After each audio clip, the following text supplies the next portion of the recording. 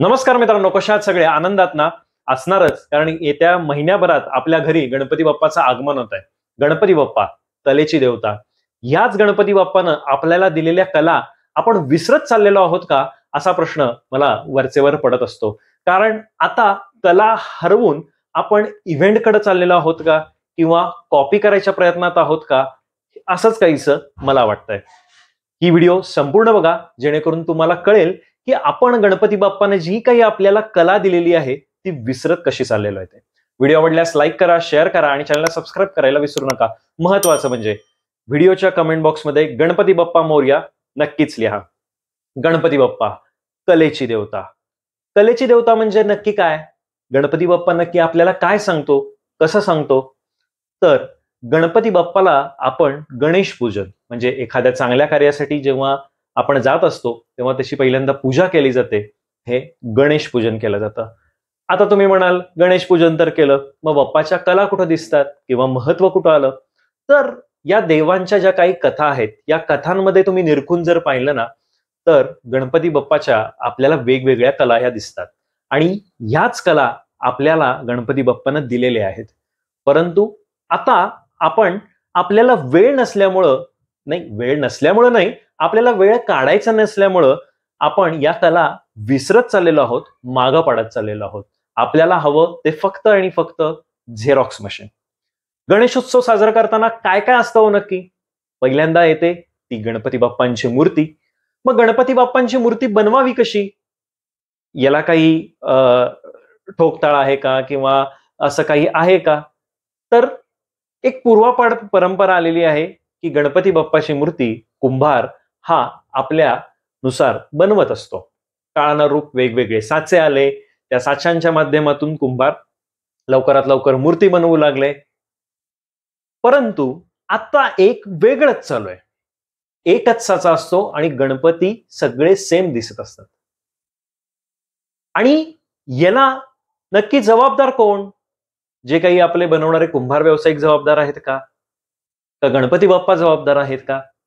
नाही मित्रांनो, आपण जबाबदार आहोत. कारण आपल्याला कसं आहे, तो एक गणपती बाप्पा पावतो. म्हणजे मी आता जवळपास बघितलं तर लालबागचा राजा गणपती बाप्पा तो नवसाला पावतो. तर सगळ्यांना त्याच मूर्ती हव्यात, सगळ्यांना त्याच मूर्ती हव्यात. तुम्ही कला नाहीसी का करताय? म्हणजे पूर्वी मी काही मंडळं बघितली, दरवर्षी वेगळ्या गणपती बाप्पाची मूर्ती असायची, वेगवेगळ्या स्वरूपातली मूर्ती असायची. कधी नृत्य करताना, कधी आपली कला दाखवताना, कधी डोंगर उचललेला दाखवताना, म्हणजे वेगवेगळं जे काही पूर्वीच्या कथांच्या संदर्भातले असतील, हे करत असताना या मूर्ती असायच्या. परंतु आता बघायला जर गेलं ना, सगळीकडे लालबागचा राजा. म्हणजे पूर्वी असं असायचं की चला आता गणपती बघायला जाऊया, त्या मंडळाची मूर्ती जी असते ना ती खूप सुंदर असते. आता इकडची मूर्ती बघायला जाऊया, आता तिकडची मूर्ती बघायला जाऊया. म्हणजे महाराष्ट्रात मला तर असं काही वेळा वाटतं की काही दिवसांनी फक्त लालबागचा राजा आणि दगडूशेठ गणपतीची मूर्ती म्हणजे त्याच्या सगळे सेम सेम सेम मूर्ती अशाच दिसतील का असं वाटतंय? तुम्ही कला ही नाहीसी का करताय? आज अनेक अशी मंडळं आहेत, छोटी मंडळ आहेत, त्यांना अशी तेवढी प्रसिद्धी नाही, परंतु त्यातले ते दरवर्षी वेगवेगळ्या मूर्ती या जगभरात गणपतीच्या कशा आहेत ते दाखवायचा प्रयत्न करत असतात. मी कोल्हापूरचा आहे म्हणून तुम्हाला सांगतो, कलकल ग्रुप म्हणून एक ग्रुप आहे आणि पद्मावती तरुण मंडळ. हे दरवर्षी वेगवेगळ्या स्वरूपातल्या, म्हणजे थायलंडमध्ये कसा गणपती सापडला, मेघालयमध्ये कसा आहे, इकडं कसा आहे, इकडं गणपतीची मूर्ती कशी आहे, गणपतीची वेगवेगळी रूपं कशी आहेत, हे दाखवायचा प्रयत्न करतायत. पूर्वी कुंभारांना सुद्धा जसं सांगितलं तसं ते मूर्ती बनवत होते. आज आमचे बरेच वर्ष कुंभार व्यावसायिक मित्र आहेत किंवा आम्ही ज्यांच्याकडून गणपतीची मूर्ती घेतो, ते म्हणतात की आम्हाला बनवायचंय, वेगवेगळ्या गणपतीची रूपं दाखवायची आहेत लोकांना. परंतु लोकांचाच डिमांड असं आहे की नाही, आम्हाला फक्त ह्याच बाप्पाची मूर्ती पाहिजे. नाही हो मित्रांनो, असं नसतं. कला ही गणपती बाप्पाची जी आहे ना, तुमच्याकडे पण कला असेल. आज अनेक लोक जी आहेत ती स्वतः गणपती बाप्पाची मूर्ती बनवत आहेत. कलाच आहे. देवानं तेच सांगितलंय, हा कलेचा उत्सव आहे. आता मूर्ती झाली. मूर्ती झाल्यानंतर असतं की डेकोरेशन, सजावट करायची. पूर्ण गणपती बाप्पा येणार म्हणल्यावर घरात सगळी सजावट करायची, हे करायचे. आता काय? अरे ते सजावटवालं रील दिसतंय, यांना फोन करा, एक कमळ आणा, बसवून टाका गणपती. अरे काय चाललंय तरी काय हे तुमचं? थोडंफार तरी आपण वेळ काढा, 1-2 दिवस वेळ काढा. तुम्ही यातनं जे तुम्हाला रिफ्रेश माइंड रिफ्रेश वगैरे हल्ली सध्या आलंय ना, किंवा वेगवेगळ्या बाबांचे सत्संग साजरे करायला जाता. काही गरज नाहीये, काही गरज नाहीये. वर्षातले फक्त हे 8 दिवस आहेत ना, हे तुम्ही कलेला द्या, त्या गणपती बाप्पाला द्या. त्यातून तुम्हाला नक्कीच चांगला मार्ग मिळेल. सगळं जे काय असेल ते विकत आणायचं, लाइटिंग करायचं, झालं. आपली कला काही नाही. म्हणजे अक्षरशः पूर्वी रांगोळ्या तरी काढायच्या गणपतीच्या वेळेला समोर. आता रांगोळ्या पण काढत नाहीत, ते पण सगळे छाप. मग असा प्रश्न बरेचदा पडतो, की मग आपणच कुठलीच कला गणपती बाप्पाला आपल्या दाखवत नाहीये. मग आपण गणपती बाप्पा हा कलेची देवता का म्हणायचं? त्यानं जी आपल्याला कला दिलेली आहे, गणपती बाप्पानं, ती दाखवा ना त्याला. परंतु तसं नाहीये. आपल्याला कसं आहे, त्यांच्यापेक्षा आमचा गणपती बाप्पा एकदम भारी दिसायला पाहिजे, आमची एकदम सजावट सुंदर दिसायला पाहिजे, आम्हाला पण आमचा पण रीलमध्ये असं इकडनं तिकडनं करून भारी दिसायला पाहिजे.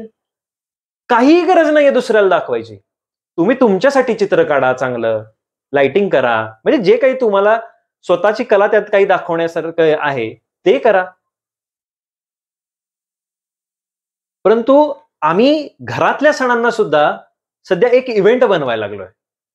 म्हणजे मंडळाचे गणपती तर इव्हेंट झालेत ऑलरेडी, परंतु घरातल्या सणांना सुद्धा इव्हेंट बनवतोय. या गणपतीच्या काळातच गौराई येत असतात आणि या गौराईंच्या याच्यावर काहींच्यात मुखवटे असतात, काहींच्या तांब्याच्या असतात, तांब्याच्या मूर्त्या, काहींच्या सुगडाचं असतं, असं वेगवेगळं असतं.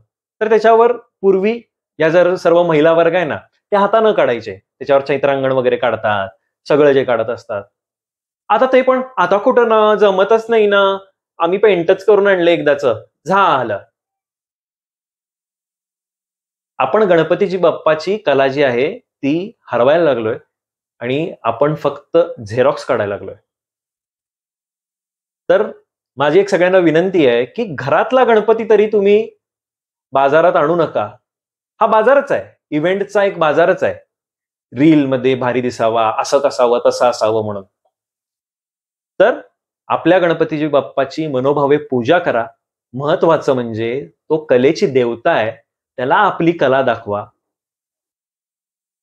नाहीतर इतर वेळी तुमची कला बघायला कोणालाही वेळ नाहीये, तुमचं कौतुक कोणी करणार नाहीये. परंतु तो बाप्पा खुश होईल, तुम्हाला कधी ना कधीतरी पावेल. त्यामुळं मला असं वाटतं, की जितकी तुम्हाला या कलेच्या देवतेला, आपल्या गणपती बाप्पाला कला दाखवता येईल, तेवढी दाखवा आणि या गणेशोत्सवाचा आनंद लुटा.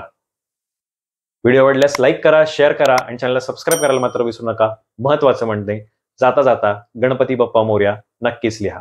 धन्यवाद.